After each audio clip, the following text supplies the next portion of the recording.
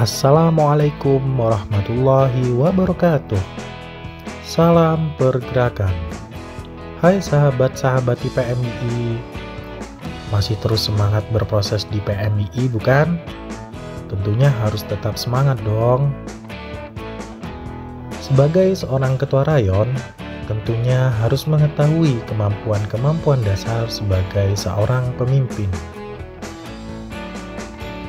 Seperti yang kita ketahui bersama bahwasanya menjadi seorang pemimpin tidaklah mudah. Seperti halnya menjadi ketua rayon, yang dimana penuh dengan dinamika organisasi. Oleh karena itu, seorang ketua rayon harus memiliki kemampuan-kemampuan dasar. Lalu, apa saja kemampuan-kemampuan dasar itu?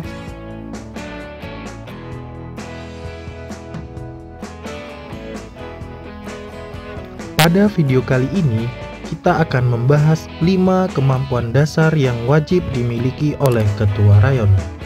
Jadi, tetap saksikan video berikut ini.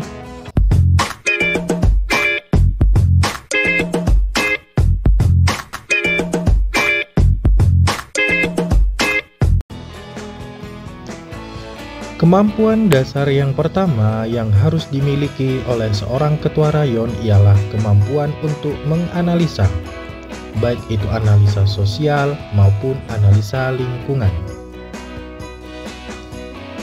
Kenapa kemampuan analisa ini menjadi penting?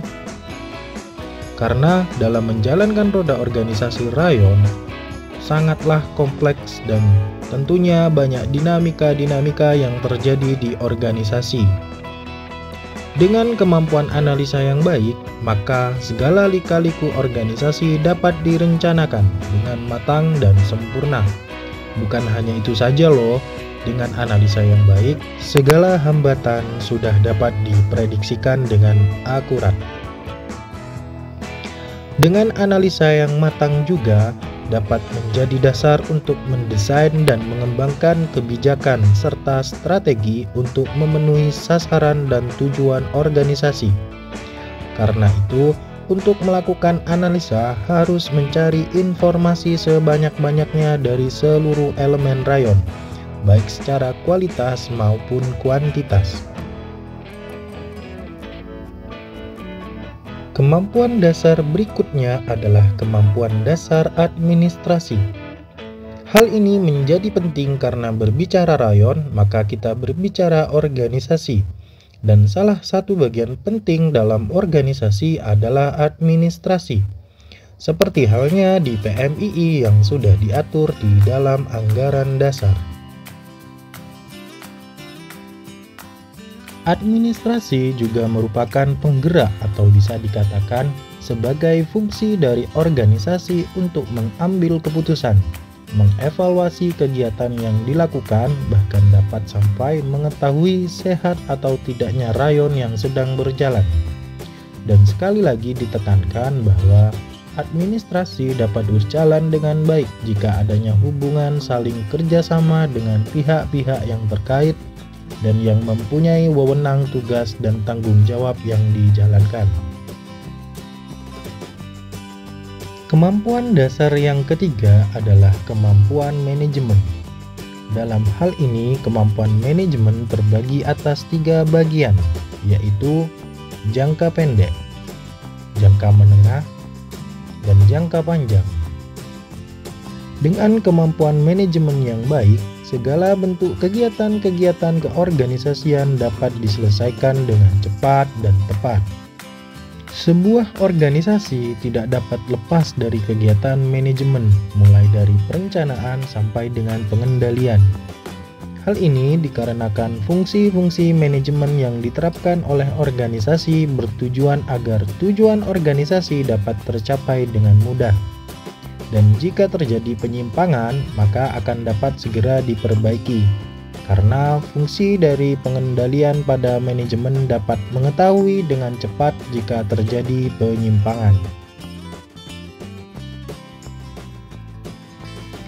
Kemampuan dasar berikutnya adalah kemampuan dasar leadership atau kepemimpinan.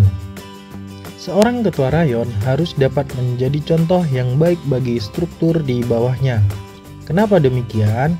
Karena dalam menjalankan agenda-agenda rayon tidak mungkin seorang ketua rayon dapat melakukannya sendiri.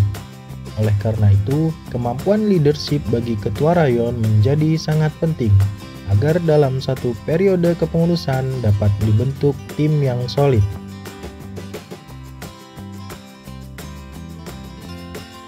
Visi dan misi dari rayon tentu harus dicapai dengan kerja keras. Namun, itu semua tidak dapat dilakukan sendiri. Biasanya akan ada penanggung jawab yang bertugas.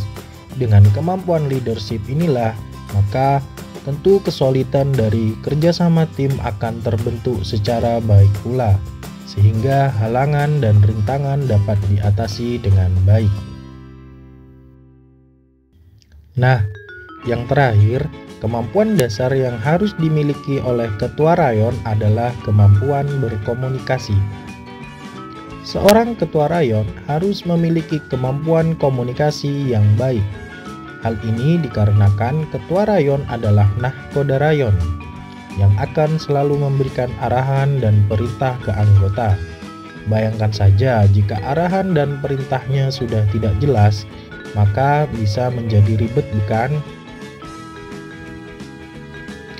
Komunikasi yang baik juga dapat mempengaruhi kepengurusan menjadi lebih giat dalam berorganisasi, sehingga tercipta rasa harmonisasi. Dan komunikasi yang buruk juga dapat berdampak pada motivasi seseorang, serta menimbulkan konflik dalam tubuh rayon. Bagaimana sahabat-sahabat PMII? Itu tadi adalah 5 kemampuan dasar yang harus dimiliki oleh ketua rayon. Semoga dapat menambah pengetahuan kita tentang PMII. Jangan lupa sebagai kader yang baik untuk selalu mengingatkan dengan ketua rayon maupun sahabat-sahabati yang lainnya. Apabila ada yang kurang jelas atau tambahan informasi seputar kemampuan dasar ketua rayon, silahkan sampaikan di kolom komentar. Apabila menurut sahabat-sahabati video ini bermanfaat, silahkan share ke sahabat-sahabati PMII lainnya.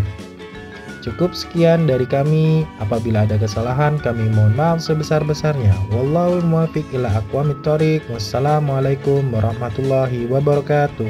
Salam pergerakan.